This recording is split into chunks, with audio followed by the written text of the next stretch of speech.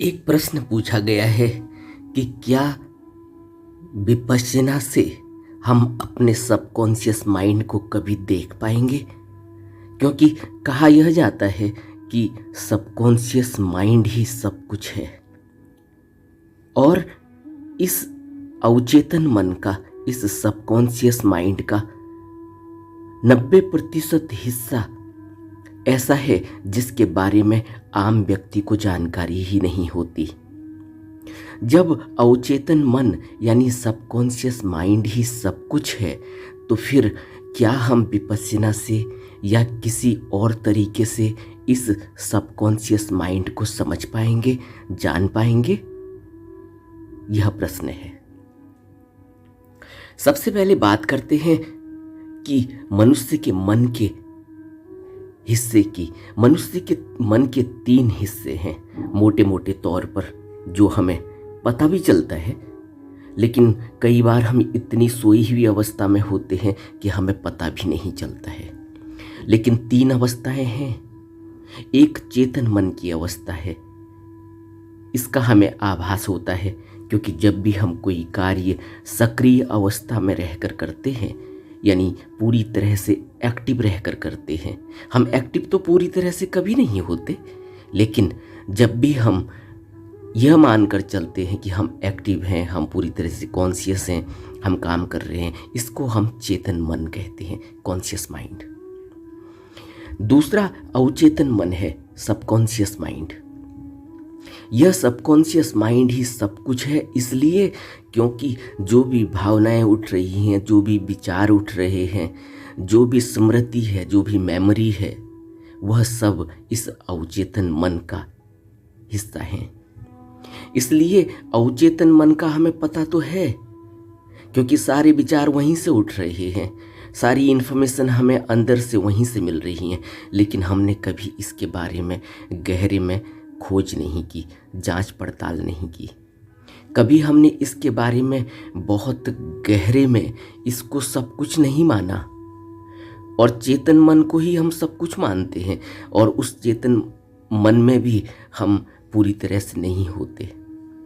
इसलिए अवचेतन मन जहाँ से चेतन मन सूचनाएं ले रहा है, इस अवचेतन मन को हम पकड़ नहीं पाते और इसका खामियाजा हमें पूरी जिंदगी भुगतना पड़ता है। क्योंकि कौन सा खामियाजा है जो हम पूरी जिंदगी भुगतते हैं? वह यह कि हम पढ़े लिखे हैं, हमारे पास अच्छी नॉलेज है, अच्छी जानकारी है, हमारे अंदर अच्छा दिमाग है, हम बहुत अच्छे सभ्य लोग हैं, लेकिन उसके बावजूद भी हम वह कार्य करते हैं जिसका हमें बाद में पछतावा होता है। फिर हम उसके लिए रिग्रेट करते हैं, उसके लिए पछताते हैं, या उस काम को करने के बाद जो हमें दुख, पीड़ा, तकलीफ मिलती है, वह कई बार हमारी जिंदगी को ही ले जाती है। सोचो, एक व्यक्ति ने गुस्से में आकर किसी व्यक्ति की जान ले ली या कुछ ऐसा कर लिया कि उसे बाद में मृत्यु दंड दे दिया गया। अब इस व्यक्ति को अपने सबकॉन्शियस माइंड में नहीं देखने की वजह से, अपने सबकॉन्शियस माइंड के हिस्से का कोई भी इसको भान नहीं है, कोई भी ज्ञान नहीं है, यह उसकी गहराई को नहीं समझ पाया और इसने वह काम कर दिया जो यह रोक भी सकता था। अगर इसके अंदर प्रज्ञा खुली होती, अगर इसके अंदर होश जगा होता, अगर इसका चेतन मन पूरी तरह से कॉन्शियस होता, तो इसको अच्छे और बुरे की पहचान होती। और यह अच्छे और बुरे की पहचान हर मनुष्य को दी गई है। यह हर मनुष्य के अंदर यह फैकल्टी रखी गई है, मनुष्य के अलावा और किसी प्राणी में नहीं है। लेकिन इसको पूरी तरह से नहीं उभारने के कारण, इसको पूरी तरह से नहीं खोलने के कारण, इसको पूरी तरह से नहीं जानने के कारण एक मनुष्य वह कृत्य कर जाता है जिससे उसकी पूरी जिंदगी ही दांव पर लग जाती है और यह जीवन बर्बाद हो जाता है। इसलिए हमारे मन के जो हिस्से हैं, जो चेतन मन कॉन्शियस माइंड, अवचेतन मन सबकॉन्शियस माइंड, और तीसरा अचेतन मन है अनकॉन्शियस या सुपर कॉन्शियस माइंड। अचेतन मन हम किसको कहते हैं? अचेतन मन हम उसको कहते हैं जब कोई व्यक्ति पूरी तरह से किसी को चोट लग गई या कोई ऐसी अवस्था में चला गया जहां पर उसको अब कोई पता नहीं, वो पूरा ही अनकॉन्शियस हो गया, उसके अंदर अब कुछ भी उसको एहसास ही नहीं है। इसको हम अचेतन मन कहते हैं। अचेतन मन का तो हमें पता चल ही नहीं सकता, क्योंकि अचेतन मन में तो फिर कुछ जागृति, कोई होश, कोई सबकॉन्शियस माइंड की तरह कोई पीछे से उठ रहे विचार सबकॉन्शियस माइंड की तरह, कोई सपने हमें अनकॉन्शियस में नहीं आते। अनकॉन्शियस तो एक मरी हुई सी अवस्था है, इसलिए वहाँ कुछ भी उसको न तो देखा जा सकता, न उसको महसूस किया जा सकता, न उसके बारे में कोई जानकारी पता चलती, वह अनकॉन्शियस। लेकिन चेतन और अवचेतन मन का हमें एहसास होता है, पता चलता है। चेतन मन का तो बहुत पता चलता है, क्योंकि हम सारे काम चेतन मन से ही करते हैं, कॉन्शियस माइंड से। अवचेतन मन का पता चलता है जब हम किसी स्मृति को अपने पीछे से मन से खींच कर बाहर लाते हैं, कोई याद हमें आती है, हम भूल जाते हैं, फिर उसको याद करते हैं और कुछ दिनों में, कुछ पल में, कुछ घंटों में वह याद हमें वापस आ जाती है। इसको हम कहते हैं कि यह सबकॉन्शियस माइंड से सूचना ली गई, याद वापस आ गई। और चेतन मन लगातार जो भी हम काम कर रहे होते हैं, अपनी आंख खुलने के बाद वह चेतन मन है। अब जो प्रश्न था कि क्या हम कभी सबकॉन्शियस माइंड को समझ पाएंगे विपस्सना के ध्यान के द्वारा, तो हम विपस्सना ध्यान से यही कोशिश करते हैं कि हम अपने सबकॉन्शियस माइंड को अच्छी तरह से समझें। सबकॉन्शियस माइंड क्या है? जैसे हमने बात की कि जो भी भावना उठती है, जो भी विचार उठते हैं, जो भी यादाश्त स्मृति पीछे है, वह सब सबकॉन्शियस माइंड का हिस्सा है। और इस सबकॉन्शियस माइंड के हिस्से में अगर हम पूरी तरह से इसको कॉन्शियस माइंड से लिंक कर लें, तो फिर जो भी सबकॉन्शियस माइंड में उठेगा वह पहले हमें कॉन्शियस माइंड में उसका आभास अच्छी तरह से होगा, कॉन्शियस माइंड में हम उसको अच्छी तरह से प्रोसेस कर पाएंगे और फिर हम उसके बाद एक्शन करेंगे। इससे क्या होगा? इससे यह होगा कि सबकॉन्शियस माइंड में जो भी भावनाएं दबी हुई हैं, जो भी स्मृति लगी हुई है, वह कुछ ऐसा न हो जाए कि चेतन मन बेहोश होने की वजह से, चेतन मन पूरी तरह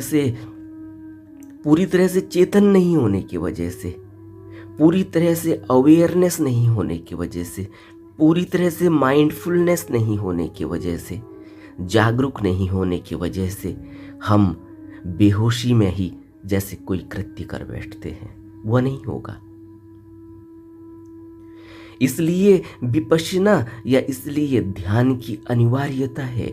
इसीलिए सभी संतों ने, सभी बुद्ध पुरुषों ने हमें ध्यान की अनिवार्यता को बताया कि अगर हम ध्यान को समझ पाएं, अगर हम ध्यान में गहरे उतर पाएं, तो हम फिर बहुत सारी मुसीबतों से, बहुत सारी अपनी परेशानियों से और बहुत सारे लगभग सभी अपने अकुशल कर्मों से बच सकते हैं।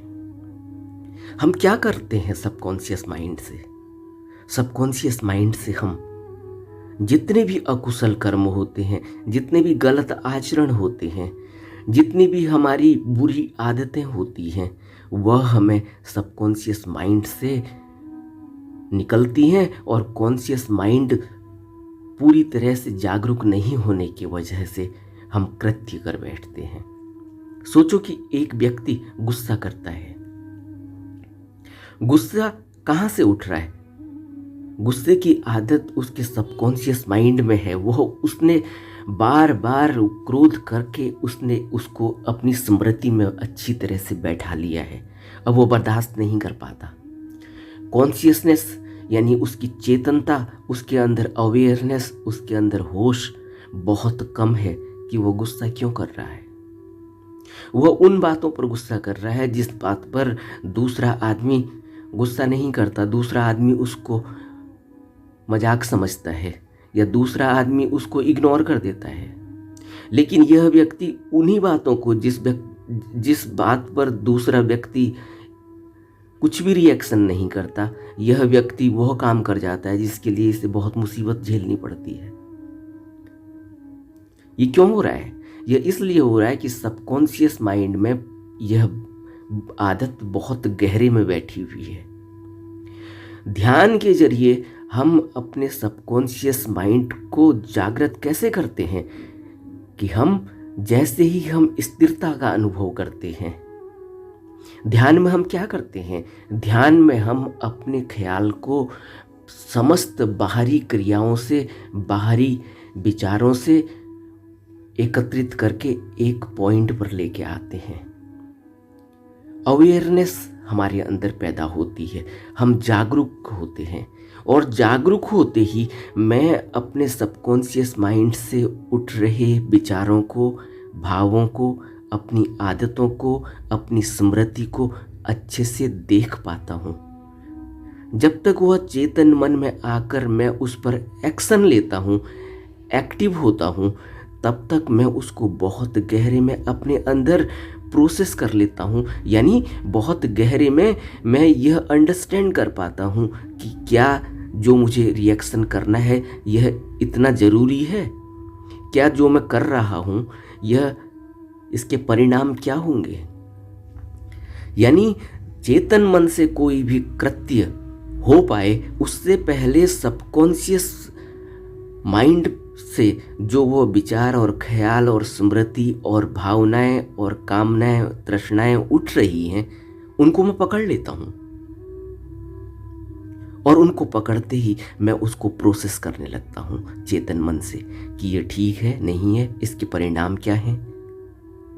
और जब मैं यह पकड़ पाऊंगा तो सोचो कि अब मेरा ध्यान ठीक लगने लगा है, क्योंकि ध्यान का अर्थ ही यही है कि मैं वह जो एक फ्लो में चल रहा है, बिना किसी होश के चल रहा है, जिसमें कृत्य हो जा रहा है और हमको पता भी नहीं चलता, मैं उसको पकड़ लेता हूँ और पहले प्रोसेस करता हूँ, पहले उस पर विचार करता हूँ, उसकी अच्छी और बुरी जो भी उसके परिणाम आने वाले हैं, अच्छे या बुरे, उन पर पूरी तरह से गहरे से विचार करता हूँ और फिर उसका क्या अंजाम होने वाला है, उसके बाद फिर एक्शन लेता हूँ।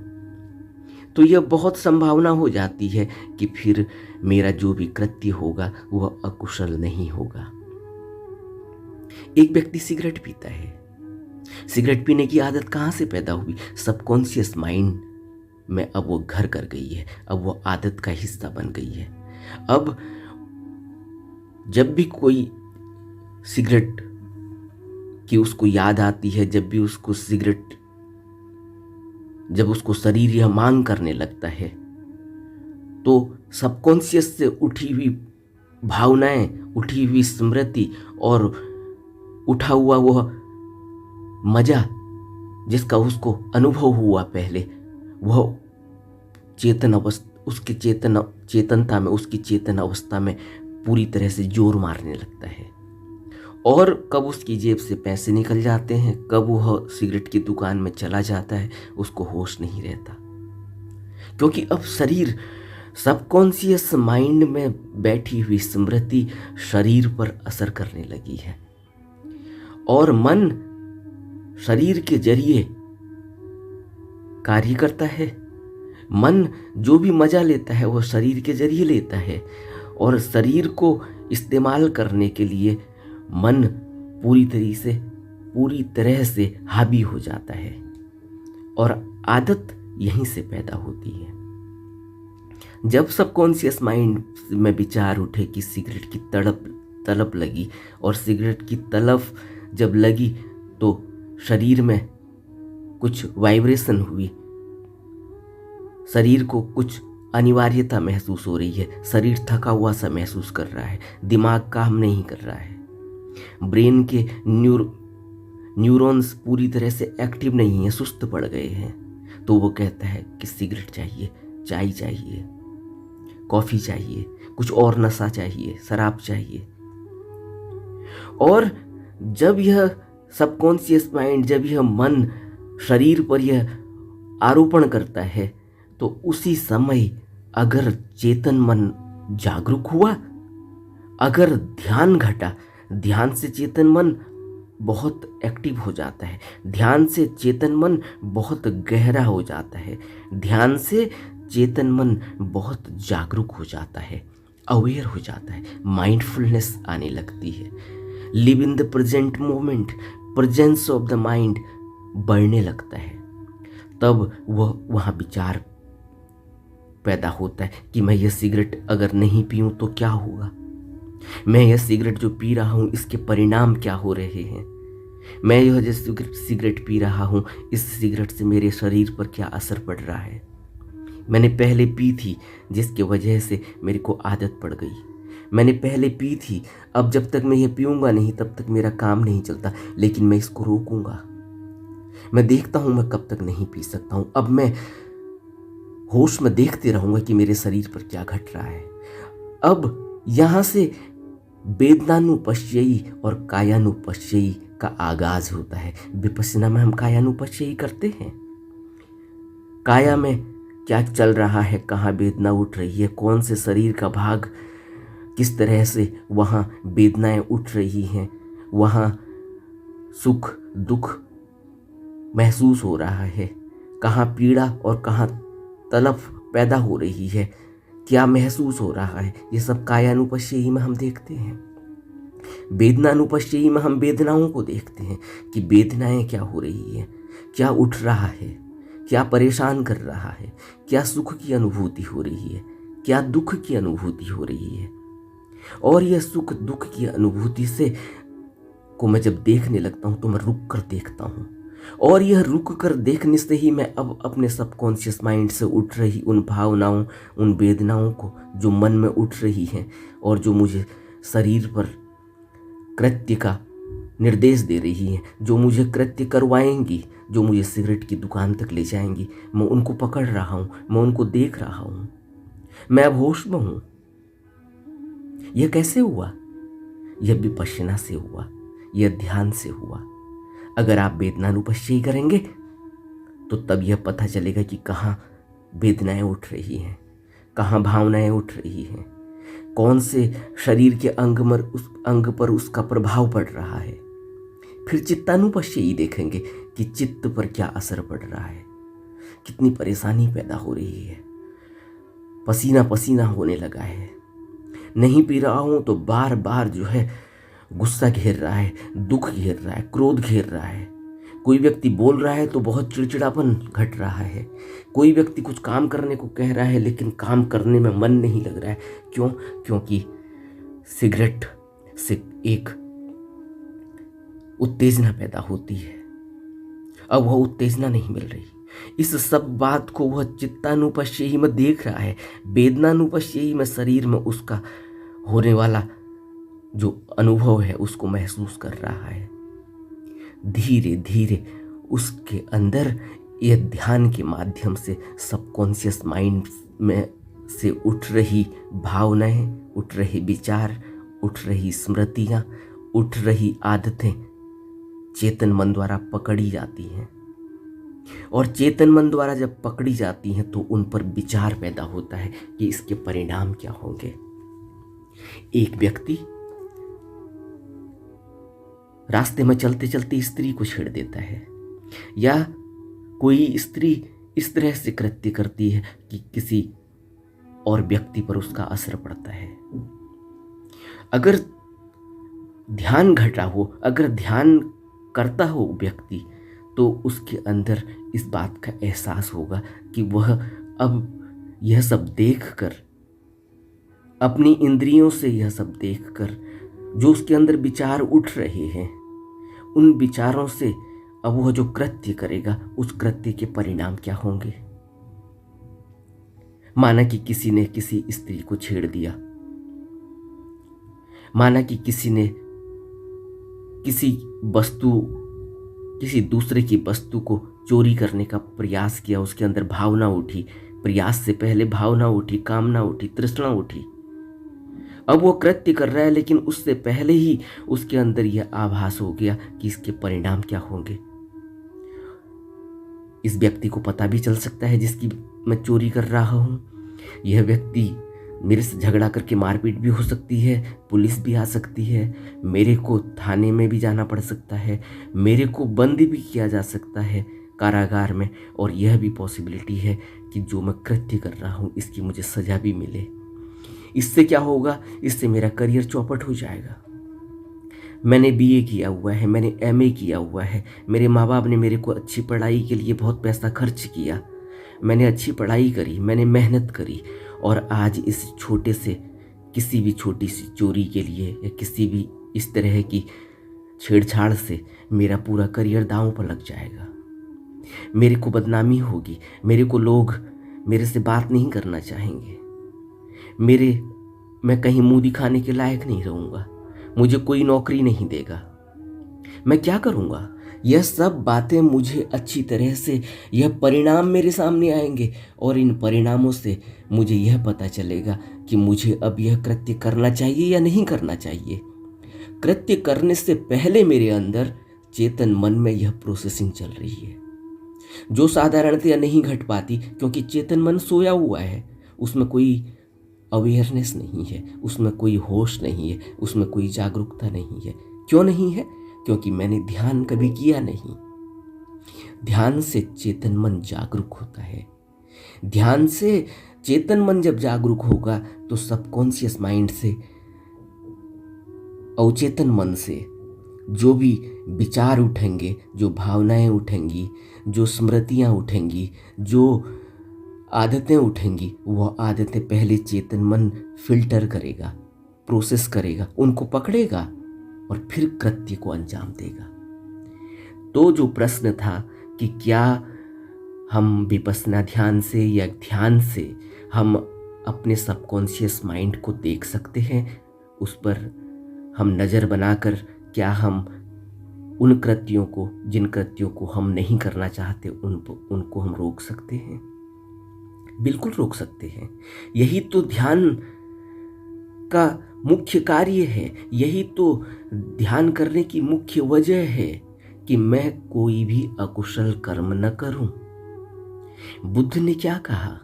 बुद्ध ने कहा कि सबसे पहले कुशल कर्मों को करना होगा, कुशल कर्मों को बढ़ाना होगा। अगर करते हैं तो बढ़ाना होगा, और अगर अकुशल कर्म करते हैं तो उनको छोड़ना होगा, और अगर अकुशल कर्म करते हैं तो अकुशल कर्मों का धीरे धीरे प्रहार करना होगा और उनकी जगह कुशल कर्म को करना होगा। यही हमें भी करना है, लेकिन ध्यान से यह हो पाएगा, बगैर ध्यान के नहीं हो पाएगा। अगर हम सोचें कि बगैर ध्यान के हम अपने सबकॉन्शियस माइंड को पकड़ लेंगे, माइंड को पकड़ना बहुत मुश्किल का काम है। मन तो हवा से भी तेज चलता है। कृष्ण से जब अर्जुन ने पूछा है कि यह मन तो बहुत तेज है और आप कह रहे हो कि यह मन को रोकना होगा, यह मन तो रुकता नहीं, यह तो हवा से भी तेज है, तो भगवान कृष्ण ने कहा कि मन हवा से तेज जरूर है अर्जुन, लेकिन निरंतर अभ्यास से इसको नियंत्रित किया जा सकता है, इसको नियंत्रण में लाया जा सकता है। और निरंतर अभ्यास करने के लिए हमें किसी ऐसे व्यक्ति के पास जाना होगा, उससे हमें वह विधि लेनी होगी जिस विधि के जरिए हम इस मन को रोक पाएंगे। तो हमें गहरे में विचार करना होगा और रोज रोज ध्यान करना होगा, ध्यान को बढ़ाना होगा। नमो बुद्धाय।